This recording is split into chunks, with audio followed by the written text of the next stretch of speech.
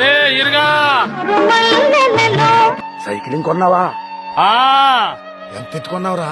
350 రూపాయలు పెట్టుకున్నా. ఏటన్ని డబ్బులు ఎట్టుకున్నావా? మరేమనుకుంటున్నావు? మా వంశం జమీందారుల వంశం.